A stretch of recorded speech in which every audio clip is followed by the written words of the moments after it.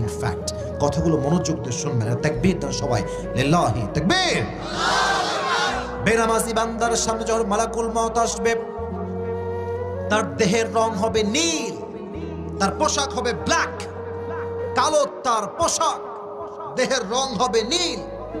হাদিসে আসছে তার পা থাকবে জমিনে, হেড তথা মাথা এটা থাকবে আকাশ বিশাল। এই ভয়ঙ্কর চেহারা দেখে বেনামাজি যুবক, বেনামাজি মুরব্বী, বেনামাজি মহিলা, বেনামাজি মেয়ে, তার দেহের মধ্যে একটা কম্পন তৈরি হয়ে যাবে।